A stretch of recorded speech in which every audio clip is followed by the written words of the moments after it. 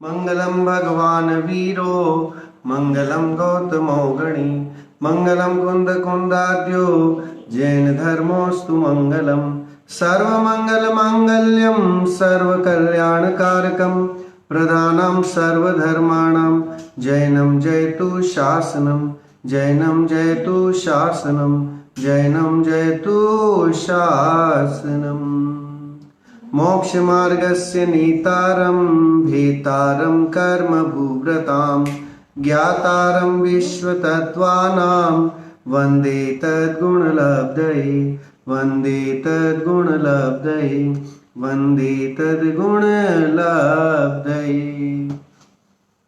तत्वार्थ सूत्र जी ग्रंथ पर अपना विगत कई दिनों से स्वाध्याय चल रहा है। उसका पहला अध्याय हमारे स्वाध्याय में यहाँ पर चालू है और पहले अध्याय के माध्यम से हम विभिन्न सूत्रों के द्वारा जो है सम्यक दर्शन को समझने की चेष्टा कर रहे हैं कि आखिर सम्यक दर्शन किसका नाम है, क्या है सम्यक दर्शन और वो कैसे प्रकट होता है। इसकी यहाँ पर आचार्य श्री बहुत अच्छे से उन सूत्रों के माध्यम से कम शब्दों में जो है आत्म स्वरूप को बोध कराने वाले और अपने आत्म स्वरूप को दिखाने वाले सूत्रों के माध्यम से हम यहाँ पर स्वाध्याय कर रहे हैं। सूत्र में एक बार पढ़ता हूं जो अभी तक हम कर चुके हैं। सम्यक दर्शन ज्ञान चारित्राणि मोक्ष मार्ग, ये एक सूत्र हो चुका है जो पहला ही सूत्र है जिसमें सम्यक दर्शन सम्यक ज्ञान सम्यक चारित्र की एकता का नाम मोक्ष मार्ग है, ये बताया।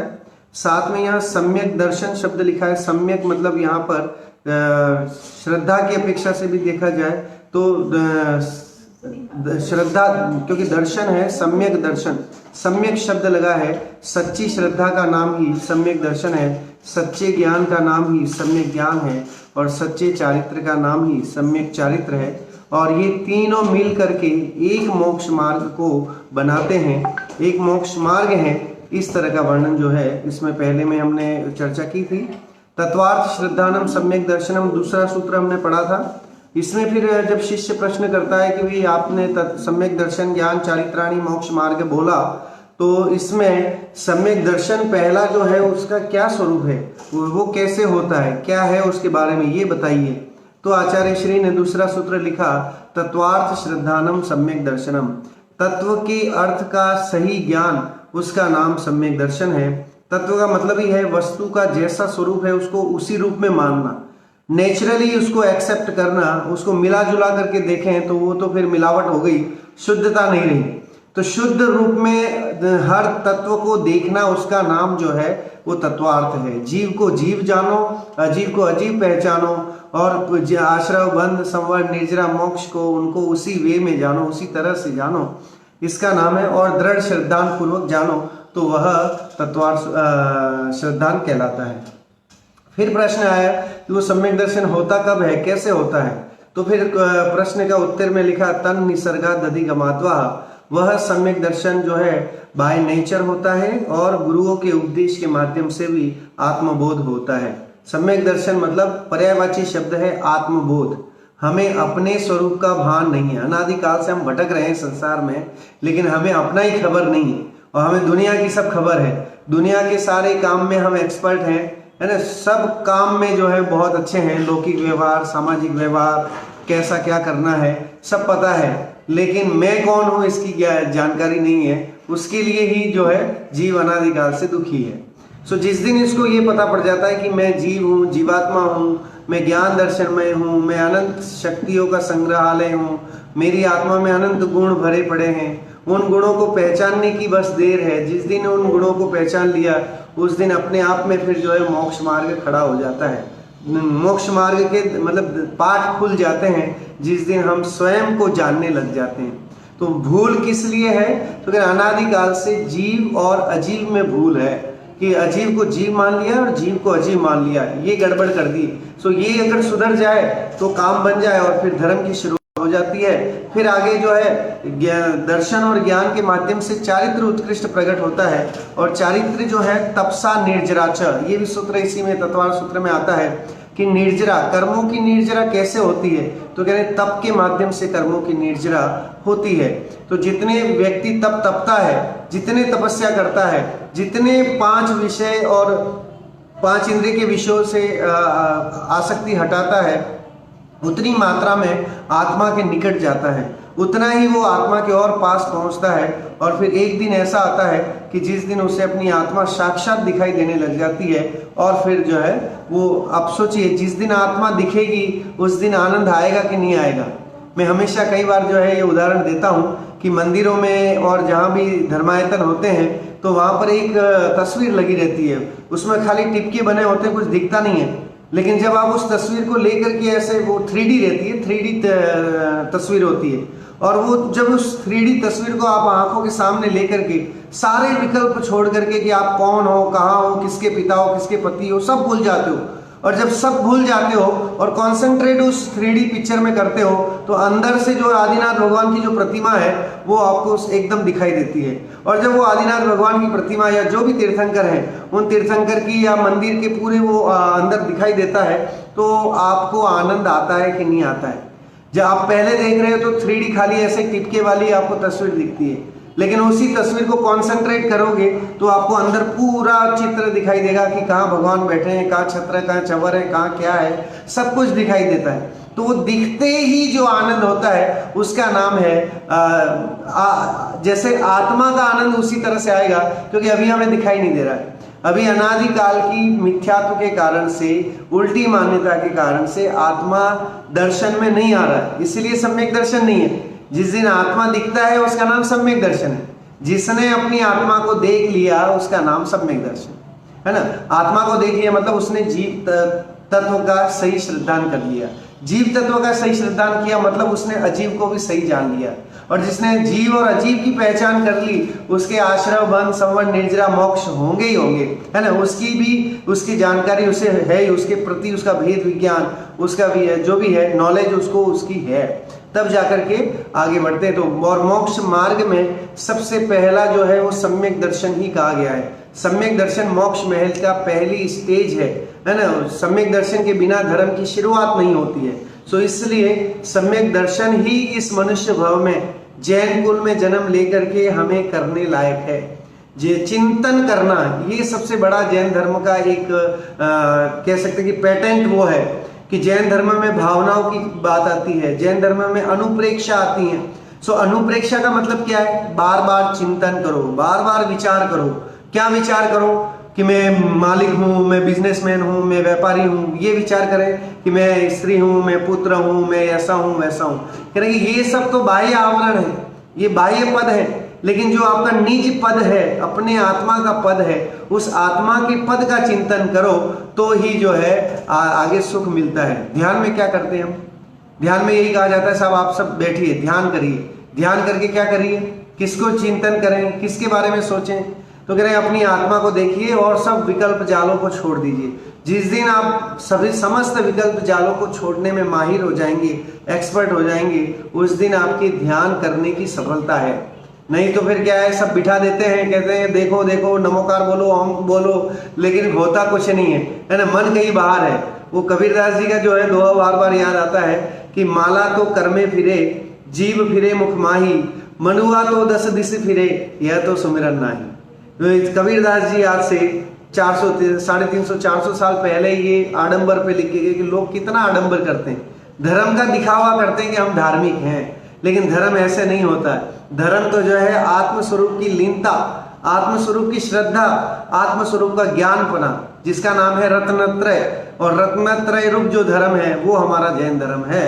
सो इस तरह से रत्नत्रय ही धर्म है, उसी के माध्यम से जो है हमें धर्म की प्राप्ति होगी। ऐसी श्रद्धा अंतर में आना वो सम्यक दर्शन है। नहीं तो क्या है ना, बोला माला तो कर में फिरे। कर मतलब हाथ, हाथ में माला घूमती है हरि नाम की, नमोकार जपने की, आदिनाथ की, पार्श्वनाथ की माला लेके हम जपते रहते हैं। और जीव फिरे मुख माही, मुख में जो है जीव घूमती रहती है, नमो ओरियंताणम, नमो सिद्धाणम, नमो आयरियाणम।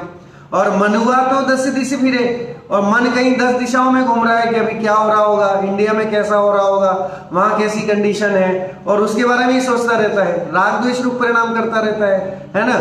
आर्त और रौद्र ध्यान करता रहता है। और कह रहे मनुआ तो 10 दिश फिरे, यह तो सुमिरन नाही, यह सही स्मरण नहीं है। ईश्वर का भी स्मरण करना है तो आपको तन मन जो है ना, तीनों योग, कौन सा? मनोयोग, वचन योग और काय योग, इनको कंट्रोल करना पड़ता है।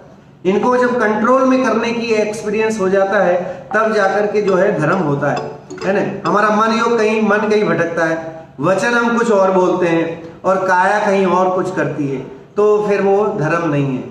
मन, वचन और काय, इन तीनों की एक रूपता जब होती है तो ही धर्म शुरू होता है। हमारे मुनिराजों के, यतीश्वरों के जो मन में है वही वचन में उचरते हैं, करके दिखाते हैं, जिसके कारण वे महान होते हैं। जगत में पूज्य कौन होता है, किसकी पूजा होती है?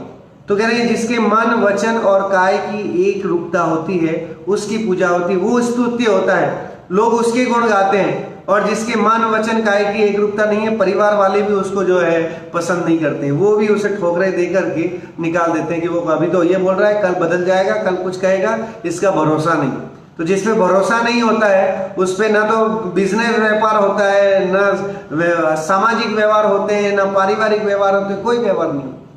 तो आप सोचिए, अगर हमें धार्मिक व्यवहार भी अच्छा करना है तो पहले भरोसा लाओ, श्रद्धा। भरोसा मतलब श्रद्धा, और श्रद्धा का नाम है सम्यक दर्शन। कि जब हमें तत्व के प्रति श्रद्धा हो जाए तो सम्यक दर्शन होता है। धर्म की शुरुआत ही वहां होती है जहां पर मन, वचन, काय की एक रूपता होती है, श्रद्धा होती है। तो इसलिए श्रद्धा होना बहुत जरूरी है।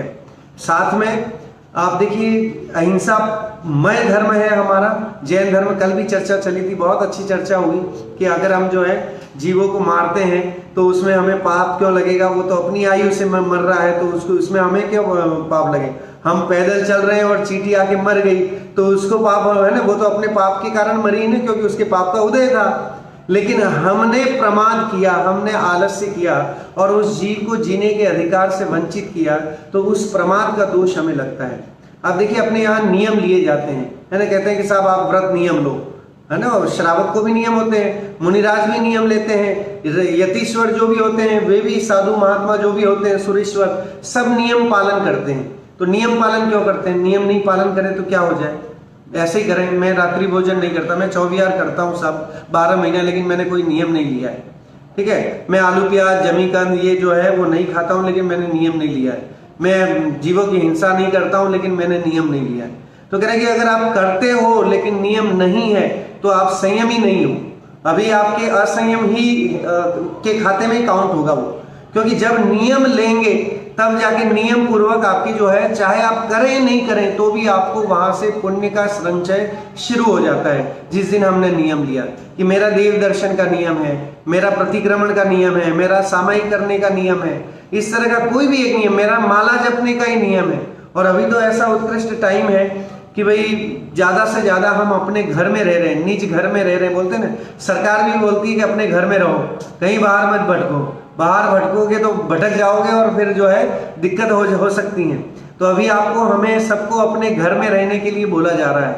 हमारे आचार्य परमात्मा जो है वो अनादिकाल से बोलते आ रहे हैं कि सुख जो है निज घर में ही मिलेगा, है ना। इस देह देवल के अंदर भी जो है एक चेतना है। इन सारी बाह्य वस्तुओं को, जितने भी हैं, उनको जानने वाला कौन है? मैं आप सबको जान रहा हूँ, ये भूमित भाई हैं, ये भावेश भाई हैं, ये जान कौन रहा है? शरीर जान रहा है क्या? कि मेरी आंखें जान रही हैं? कि कौन जान रहा है? तो जानने वाला कोई तो है ना। बस उस जानने वाले की जिस दिन पहचान हो जाएगी, उसकी महिमा जिस दिन आ जाएगी, उस दिन धर्म की शुरुआत है।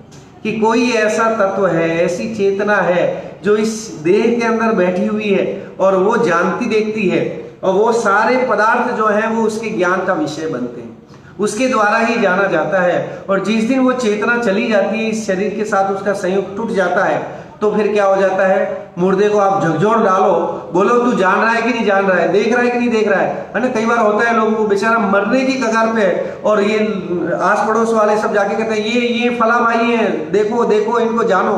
बेचारा वो अपने ही स्वरूप में अपना ही जान ले, ये बहुत बड़ी बात है। और झकझोर करके मरने वाले को बार बार कहते हैं ये आपके फूफा जी हैं, मामा जी हैं, नाना जी हैं, और इनको जानो।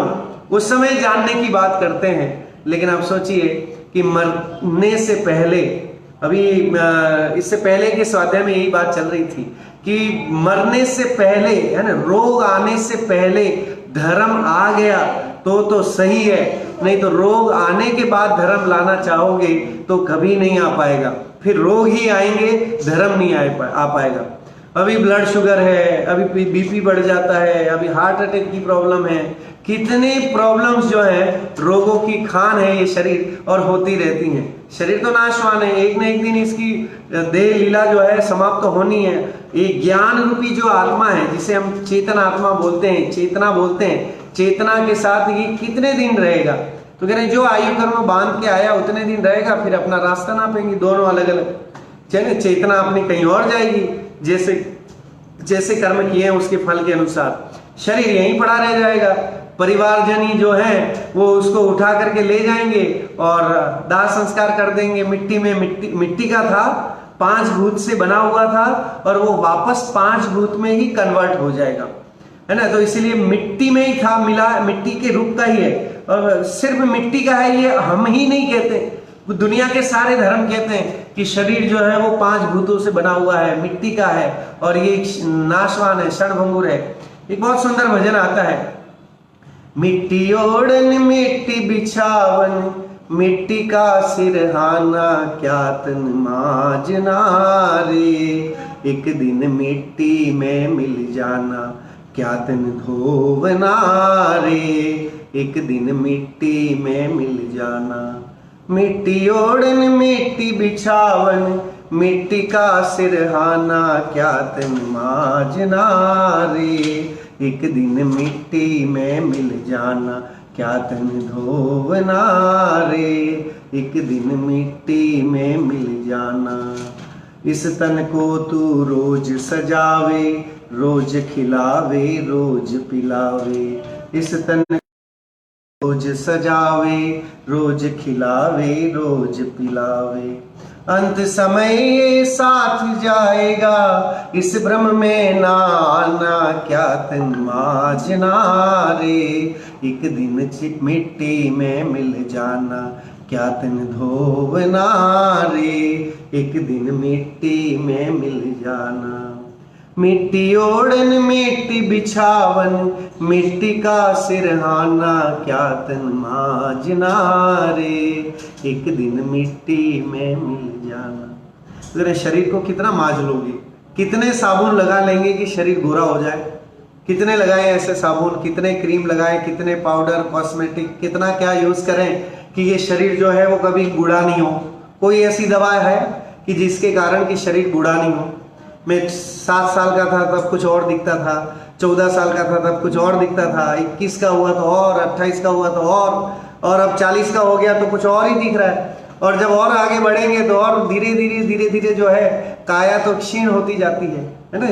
शरीर तो जो है क्षीण होता जा रहा है ना। आयु कर्म क्या है, घटता जा रहा है। हम लोग बर्थडे मनाते हैं और खुश होते हैं, केक काट करके खुश होते हैं, बहुत आनंदित होते हैं। और बर्थडे बना के और केक काटने में भी आप सोचे कि विवेक विचार नहीं रहता वहां। अपने यहाँ जैन धर्म में काटने की बात ही नहीं आती। आप सोचिए कितना ही विवेक विचार वाला धर्म है। अभी लोग सब कहते हैं कैसा है कि भी माहौल जो है वो गंदा हो गया, पूरी विश्व का माहौल जो है वो बहुत गंदा हो गया। जैन धर्म ये नहीं कहता है, जैन धर्म कहता है माहौल बदल गया है ना। पहले माहौल बहुत बढ़िया था, हम धर्म ध्यान करते थे, है ना, देरासर में जाते थे, हर जगह जा करके अपने सब काम कर लेते थे। लेकिन अब वो माहौल नहीं बचा, अब माहौल बदल गया है। हमें बोलना है तो हम क्या बोलेंगे, माहौल बदल गया है, अब हम वो काम नहीं कर पा रहे हैं। ये चिंतन करके बार बार विचार करके वो काम ज्यादा करें जो हम नहीं कर पाए थे। हम इतने बिजी थे कि मरने की फुर्सत नहीं थी। अब जो है हमारे घर में ही हम बैठे हैं, तो अब हमारे पास वो टाइम अपॉर्चुनिटी हमें मिली है कि वी शुड डू थिंग्स। हमें ये कुछ ना कुछ ऐसा करना है कि इस लॉकडाउन में जो है वो सही ज्ञान हो जाए, सच्चा ज्ञान हमें मिल जाए, सम्यक दर्शन की प्राप्ति हो जाए, ऐसा पुरुषार्थ करना है कि वो वायरस आए उससे पहली बात तो जो जैनिज्म के हिसाब से जैन आचरण पालते हैं उनको रोग नहीं होते हैं। आप सोचिए, रोगी जैनी नहीं होते हैं। मेरी दादी, मैं कहता हूँ कि जितना जैन अनुकूलन आचरण पालती थी, शोध का भोजन करना, सब छानबीन के खाना, मसाले वसाले सब 1-2 दिन के रखना, इस तरह के बहुत विवेक विचार पूर्वक दादी जो है अपना जीवन उन्होंने पूरा किया। और अच्छी आयु लेके, पूरी आयु लेकर के जिनेंद्र के भगवान के सामने ही दे लीला हुई, तो इससे बड़ा और क्या पुण्य होगा कि भगवान के मंदिर से ही जो है शरीर शव लेकर के वहां से आए। ऐसे ही मेरी जो मतलब दादी ससुर थी, उनकी मृत्यु भी इसी तरह हुई।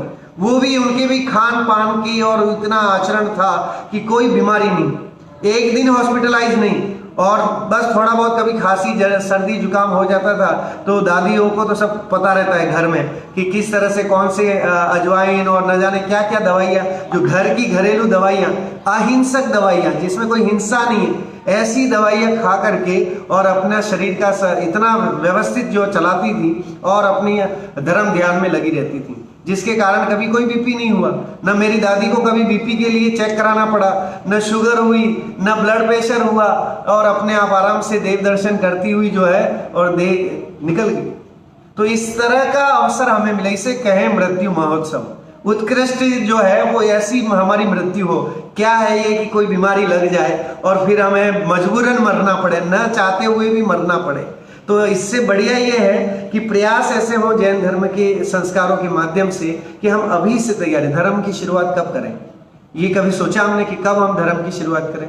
बाकी सब में हम एक्सपर्ट हैं, हमें बिजनेस कब शुरू करना है, बेटे का बिजनेस कब कराना है, बेटी का क्या कराना है, किसकी एफडी कहाँ कराना है, किसकी शादी कब कराना है, ये सब सारे एक्सपर्ट हैं इसमें।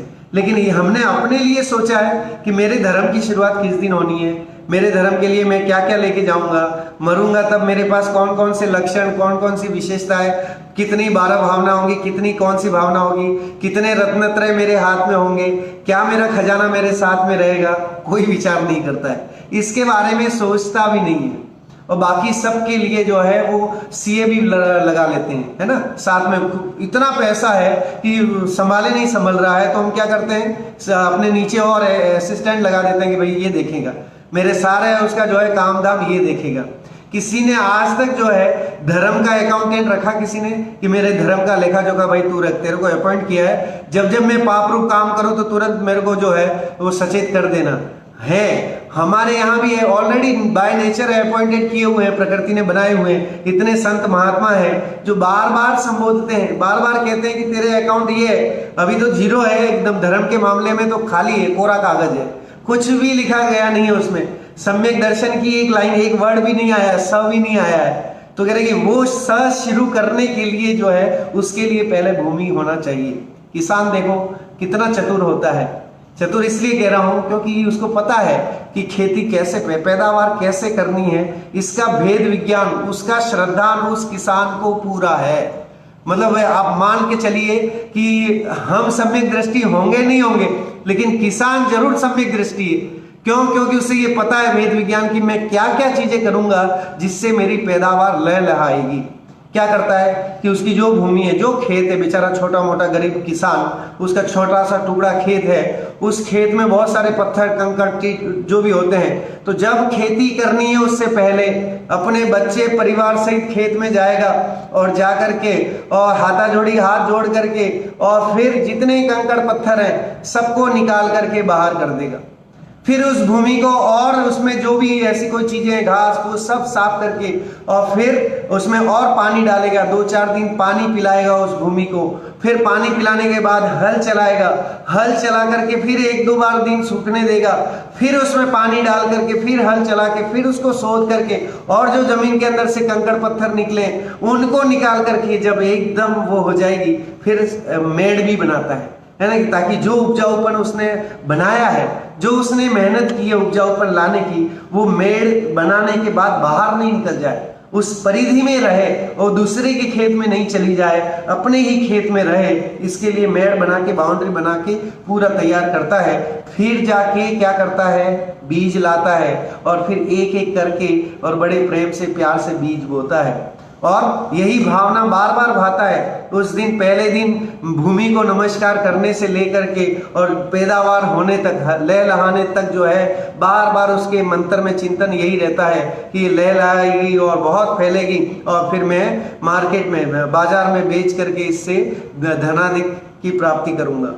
ऐसी भावना उसकी निरंतर रहती है तो वो फलीभूत होता है और प्राप्त भी करता है, लहलहाती है उसकी। हमारे सम्यक तो दर्शन ज्ञान चारित्र की जो फसल है वो कब लहलहाएगी?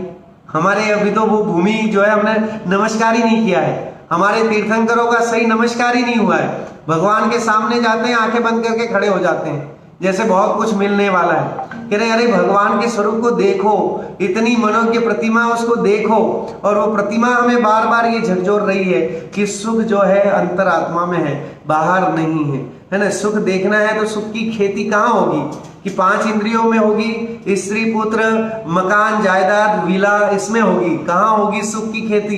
तो कह रहे सुख की खेती तो अपने आत्म भवन में होगी, अपने आत्मा में होगी। वहां पर उसका हमें जो है वो मिथ्यात्व का सारा जो है जितने कंकड़ पत्थर हैं उन सब कंकड़ पत्थरों को दूर करके और फिर जो है भूमि तैयार करना है कि ताकि हम सम्यक्त्व के बीज बो पाए, है ना, तब जाके वो सम्यक्त्व का वो होगा।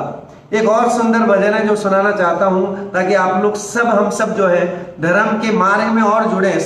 ये खाली शास्त्र के निपटाना ये हमारा उद्देश्य नहीं है। हमारा उद्देश्य है अपने मन की पवित्रता बढ़ाना। हमारा उद्देश्य है कि हमारे अंदर में धर्म की ऐसी जिज्ञासा जगे कि धर्म के सिवाय दूसरा कुछ हुआ ही नहीं, ये अंतर में आना चाहिए। तो एक बहुत ही बढ़िया अपनी शुद्धात्मा को लेकर ही, आत्मा को लेकर की बहुत ही सुंदर भजन है, आपको बहुत पसंद आएगा।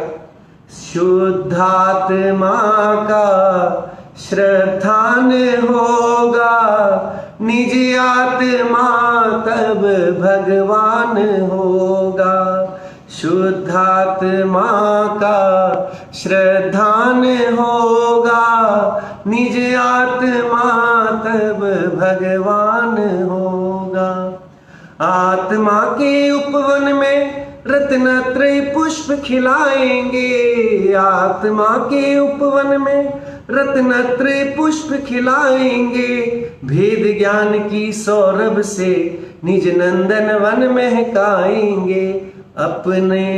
अपने से जब अपनापन होगा, अपने से जब अपनापन होगा, निज आत्मा तब भगवान होगा। शुद्धात्मा का श्रद्धान होगा, निज आत्मा तब भगवान होगा। जब तक आत्मा का भान नहीं होगा तो ये जीव कभी भगवान बनेगा नहीं। हमारे प्रभु बार बार 24 तीर्थंकर ये कहते हैं, पार्षद प्रभु ये कहते हैं कि सिर्फ और सिर्फ जो है पूजक बन के मत रह जाओ, है ना। ये भाव मिला है, मनुष्य गति मिली है, उत्कृष्ट से उत्कृष्ट गति मिली है। 4 गतियों में कौन सी गति श्रेष्ठ है? तो कह रहे हैं अगर संयम धारण करना है तो संयम के लिए तो देवगण भी लालायित रहते हैं कि मनुष्य गति मिल जाए। देवों को भी अंतर में ये रहता है कि कब मैं मनुष्य बन जाऊं और संयम की धारणा करके, संयम का पालन करके और जो है वो मुक्ति को प्राप्त कर लूं, क्योंकि बाकी 3 गतियों से मुक्ति जाने का टिकट नहीं मिल सकता है। वीजा चाहिए तो वीजा के लिए तो जो है एकमात्र और एकमात्र यहीं से मिलेगा। मनुष्य गति ही ऐसी गति है जहां से वीजा मिलेगा, जहां से आपको टिकट मिलेगा, और गाड़ी यहीं खड़ी है। मोक्ष की गाड़ी कहाँ खड़ी है? तो कह रहे हैं यहीं पर, इसी भव में, मनुष्य भव से ही गाड़ी जाती है और यहीं से हमें जो काम करना है। हमें महान पुण्योदय से, अतिशय पुण्योदय से हमें जिन धर्म मिला, संयोग मिले अच्छे, सारा सब कुछ अनुकूलताएं हमें मिली हैं। 5 इंद्रिय अनुकूल हैं, कान सुनने लायक हैं, आंखें अभी हमारी सही हैं, कोई रोग हुआ नहीं अभी, हम निरोगी हैं। तो ये सब अनुकूलताएं, उपलब्धताएं हमें अभी इसी वक्त जो है धर्म की ओर बढ़ने की प्रेरणा देती हैं। क्योंकि अगर रोग आ गया तो उसके बाद धर्म नहीं हो पाएगा। कैंसर पीड़ित या और जितने भयंकर बड़े बड़े रोगों से जो पीड़ित हैं, उन लोगों की भावनाएं, उनकी विचारधारणाएं कभी पास जाकर के बैठ करके देखिएगा कि कितना मन उनको पढ़ने में लगता होगा, कितना मन उनके देव दर्शन में लगता होगा, कितना मन सामायिक प्रतिक्रमण में उन रोगियों को लग पाता होगा।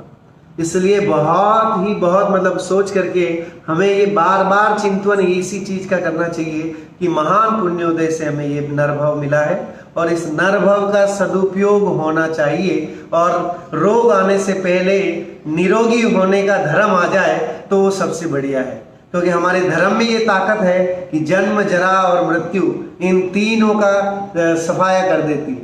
धर्म की परिणति जिसमें है तो उसके फिर जन्म नहीं होगा, फिर किसी माता के गर्भ में 9 महीने नहीं रहना पड़ेगा, फिर कहीं मरने की जो दुख है वो न खुद सहन करना पड़ेगा, न और जितने भी रागी लोग होंगे उनको सताना पड़ेगा। वे दुखी होंगे हमसे जो हमसे राग कर रहे होंगे। तो ऐसा जन्म जरा और मृत्यु इनसे जो है वो पूरी तरह से निवृत्ति के लिए धर्म ही सार्थक है।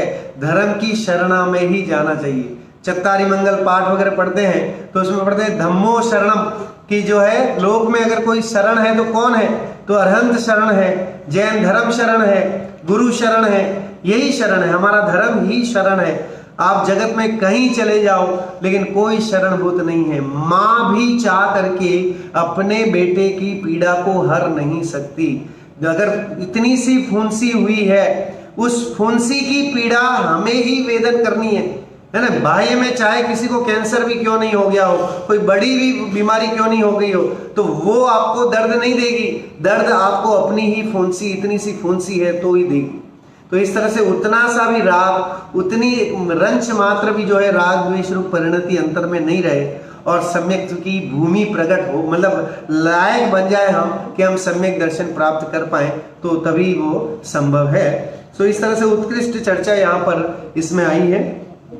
अभी आप देखिए इसके बाद जो हम सूत्र आज लेने वाले हैं वो है, कल हमने चर्चा की थी निर्देश स्वामित्व साधना अधिकरण स्थिति विधानतः, और 8वां सूत्र है सत संख्या क्षेत्र स्पर्शन कालांतर भावल्प बहुत वैश्य। और ये 8वें सूत्र में भी, क्योंकि वस्तु को जानने का सूत्र है, स्वरूप को जानने का सूत्र है, तो उसकी चर्चा हमने यहाँ की थी कि सत मतलब जैसे सत चित आनंद, ये बोलते हैं सत मतलब सत्य है ना, शाश्वत रहने वाला जो कभी नष्ट नहीं हो। तो सत, यहाँ देखिए वस्तु के अस्तित्व को कहना उसका नाम सत है। जो वस्तु का स्वरूप है उसको वैसा ही कहना उसका नाम सत है। वस्तु के भेदों की गिनती करना संख्या है। वस्तु कितनी है, हम जैसे जीव के भेद करते हैं ना, कि जीव संसारी और मुक्त होते हैं, फिर जीव त्रस और स्थावर होते हैं, जीव बहिरात्मा अंतरात्मा परमात्मा होते हैं। इस तरह से जीव के कितने भेद हो जाते हैं। तो भेदों के द्वारा भी जीवों को और 7 तत्वों को जाना जाता है। फिर वर्तमान में वस्तु के रहने का स्थान, उसको हम क्षेत्र बोलते हैं। कहाँ रहते हैं ये 7 तत्व, कहाँ रहते हैं, 6 द्रव्य कहाँ रहते हैं। 6 द्रव्यों के समूह को विश्व कहा जाता है। तो ये 6 द्रव्य कहाँ रहते हैं, इनकी जानकारी वहां पर रहती है। वस्तु के अतीत अनागत वर्तमान रूप 3 कालवर्ती अन्य दूसरी वस्तु के संयोग से होने वाला विहार क्षेत्र स्पर्शन कहलाता है। और ये स्पर्शन कहलाता है, छू करके देखना। वस्तु की स्थिति रूप काल का प्रमाण कहना काल है। वस्तु कब तक रहेगी, मनुष्य भाव मिलाए कब तक रहेगा, ये जीव कब तक रहेगा, पुद्गल कब तक रहेगा, इसके बारे में हमें काल के माध्यम से भी मिलती है। काल के द्वारा भी हम वस्तुओं को जानते हैं। तो ये वस्तु को जानने के तरीके हैं, इन तरीकों के माध्यम से भी वस्तु जानने में आती है। अपनी एक पर्याय को छोड़कर अन्य पर्याय में जाने के बाद वस्तु का पुनः पूर्व पर्याय में आने के बीच का विरह काल अंतर है। कह रहे कि वापस उसी काल में आ जाए तो उसको बोलते हैं अंतर, उतना अंतर। सो वो अंतर बहुत बड़ा बड़ा अंतर होता है। जैन धर्म की जो गणना है वो बहुत बड़ी बड़ी है ना, कहीं लाखों वर्षों पूर्वों की चर्चा जो है आती है इसमें। वस्तु के परिणाम को कहना भाव है। उसके परिणाम कैसे हैं, राग द्वेष रूप है, कैसे हैं, अहिंसामय है, ये परिणाम ही भाव कहलाते हैं, है ना। अब देखिए कर्मों में भी 3 तरह के भेद किए जाते हैं, द्रव्य कर्म, नौ कर्म और भाव कर्म। सो 8 कर्मों को तो द्रव्य कर्म बोलते हैं। भाव कर्म मतलब हम जो राग द्वेष रूप परिणाम करते हैं, हम किसी के प्रति क्रोध, मान, माया, लोभ रूप जो परिणाम है वे सारे द्वेष रूप परिणाम हैं। वस्तु में परस्पर भेद की अपेक्षा कर हीन अधिक पने को कहना अल्प बहुत्व है। किसी को हम छोटा, किसी को बड़ा, इस तरह से भी हम वस्तु को जान सकते हैं। जीव की अपेक्षा से भी देखें तो हाथी का जीव बड़ा और चींटी का जीव छोटा, इस तरह का भेद करके भी तो हम वस्तुओं को जानते हैं ना। तो अल्प बहुत्व करके भी वस्तुओं को जाना जाता है। तो इस तरह से ये तो जो है वो वस्तुओं को जानने का तरीका उन्होंने बताया। फिर कहें कि आखिर हम जाने कैसे, किस तरह से जानेंगे, कैसे जानेंगे हम वस्तुओं को, तत्वार्थ को भी कैसे जाने, 7 तत्वों को कैसे जाने। तो उन्होंने फिर बताया कि भाई ज्ञान जो है वो 5 तरह के होते हैं, है ना। ज्ञान कितने होते हैं, 5 तरह के। हमारा आत्मा कैसा है, तो कह रहे हैं ज्ञानानंद स्वभावी है। कैसा है कि आत्मा में ज्ञान ही ज्ञान भरा हुआ है। है ना, पूरी ये जगत को देखने वाला कौन है, किसके अंतर में ये प्रतिबिंबित हो रहे वस्तुएं, जो बाह्य में हमें सब कुछ दिखाई दे रहा है, वो किसके अंदर जा रहा है, वो जान कौन रहा है, उसको देख कौन रहा है, तो कह रहे वो देखने वाला ही ज्ञान है। और वो ज्ञान को जो है वो 5 तरह से डिवाइड किया है, उसका सूत्र आज हम पढ़ते हैं, फिर विशेष चर्चा अपन इसकी कल करेंगे। अभी देखिए जो अगला सूत्र है 9वां, मति श्रुता अवधि मन परे केवलानि ज्ञानम। देखिए ज्ञान 5 तरह के होते हैं, मति ज्ञान, श्रुत ज्ञान, अवधि ज्ञान, मन परे ज्ञान और केवल ज्ञान। इस तरह से ज्ञान 5 ही हैं और इन 5 के द्वारा वस्तुओं, इन 5 ज्ञानों के द्वारा लोकालोक की वस्तुओं को जो है जानने का काम ज्ञान करता है। ज्ञान क्या करेगा, तो ज्ञान सिर्फ जान सकता है ना, ज्ञान का काम ही यही है कि वो जाने, तो यही इसका मुख्य उद्देश्य है। फिर मति ज्ञान अगर हम पहला देखें तो सामान्य अर्थ हम समझते हैं, जो इंद्रिय और मन की सहायता से जाना जाता है उसको मति ज्ञान कहते हैं, है ना। इंद्रिय और मन से जैसे हम जान रहे हैं, टीवी, फ्रिज, कूलर, जो भी हमारे आंखों के सामने दिखाई दे रहा है वो किस इंद्रिय के द्वारा दिखाई दे रहा है, तो कह रहे हैं एक तो हमारा मन काम कर रहा है और दूसरा हमारी चक्षु इंद्रिय, आंखें। तो आंख और मन की सहायता से हमने वस्तु को जाना, तो सामान्य जाना हमने कि कोई वस्तु है, उसका नाम मति ज्ञान। और इंद्रिय और मन की सहायता से विशेष जानना, मति ज्ञान द्वारा जाने गए पदार्थ में विशेष जानना, उसका नाम श्रुत ज्ञान कहलाता है। मेरे सामने स्पीकर रखा है काले रंग का, तो मैंने स्पीकर है ये जान लिया, ये तो मति ज्ञान का विषय बन गया। लेकिन वो किस कंपनी का है, सोनी का है कि किसी और कंपनी का है, कि कैसा है, क्या करता है, किस काम आता है, ऐसा विशेष रूप जानकारी करना, उसका नाम श्रुत ज्ञान है। लेकिन कई बार श्रु धातु जो है यहाँ पर सुनने के अर्थ में भी आती है ना। श्रु मतलब सुनना, श्रुत मतलब सुन करके बताया गया ज्ञान। हमारे यहाँ जो जिनवाणी है या हमारे भगवान महावीर की जो देशना है वो कैसी है, तो वो साउंडमय है ना, इसीलिए हम दिव्य ध्वनि बोलते हैं। समो शरण में आदिनाथ प्रभु की जो वाणी खिड़ी, वो कौन सी वाणी हुई, तो कह रहे दिव्य ध्वनि, ओंकारमय वाणी है ना, ओंकारमय वाणी तेरी, तो कह रहे ओंकारमय वाणी खिड़ी, तो वो ओंकारमय वाणी दिव्य ध्वनि साउंडमय थी। और उस साउंडमय को सैकड़ों सालों से जो है वो उसी तरह से तीर्थंकरों से गणधरों ने ली, गणधर से आचार्यों को दी, आचार्यों ने जो है ग्रंथ रचे, और इस तरह से जो है वो बढ़ती बढ़ती जो है हमारे तक आई है। ऐसी ये तीर्थंकर की देशना जो है हमारे पास आज मौजूद है, तो कह रहे हैं इस तरह से बढ़ती हुई आ रही है, तो इस कारण से साउंडमय थी। लेकिन बाद में जो है फिर लोगों के क्षयोपशम की क्षमता, उस समय तो लोग बहुत याद करते थे, सूत्र के सूत्र, पूरा ग्रंथ के ग्रंथ जो है वो याद कर लेते थे, मेमोरी पावर इतना स्ट्रांग था, ज्ञान उतना उत्कृष्ट था। लेकिन धीरे धीरे लोगों की जो है क्षयोपशम की क्षमता कम होती गई, याददाश्त ढीली पड़ती गई, तो फिर जो है शास्त्रों की रचना की गई कि ताकि लोग जो है इस दिव्य देशना को हजारों साल तक कायम रख सकें। इस उद्देश्य से शास्त्र रचे गए और वो शास्त्र आज हमारे आचार्यों के द्वारा, भगवंतों के द्वारा, महान उपकार के द्वारा हमें ये शास्त्र जी आज उपलब्ध हैं। तो इन शास्त्रों का महत्व समझ करके और हम उसको विशेष रूप से जाने, इसीलिए देखिए विशेष जानना उसका नाम श्रुत है।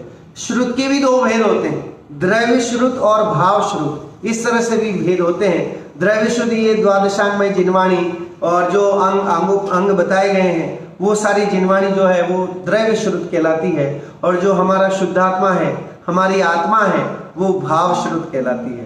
तो शास्त्रों को जानना वो द्रव्य श्रुत के अंतर्गत आएगा। आपने बहुत शास्त्र पढ़े हैं, आपको बहुत नॉलेज है, तो द्रव्य श्रुत का ज्ञान आपको बहुत अच्छा है। लेकिन अगर आपको द्रव्य श्रुत का तो ज्ञान बहुत अच्छा है, लेकिन भाव श्रुत का ज्ञान अच्छा नहीं है, आत्मा की पकड़ नहीं है, तो वो कार्यकारी है क्या, तो कह रहे हैं वो किसी काम का नहीं। शास्त्र पढ़ ले लेकिन आत्मा को नहीं जाने तो वो सब बेकार है, ये मैं नहीं। आप देखिए हमारे शास्त्र भी कहते हैं, कबीरदास जी भी इस पे दोहा लिख के गए हैं कि पोथी पड़ी पड़ी जग मुआ, पंडित भया न कोई, और एके अशिर पीव का पढ़े सो पंडित हुए। कह रहे कि पोथी पड़ी पड़ी, बड़े बड़े पोथन ने पढ़ करके लोग मर गए, लेकिन कोई भी पंडित नहीं बन पाया।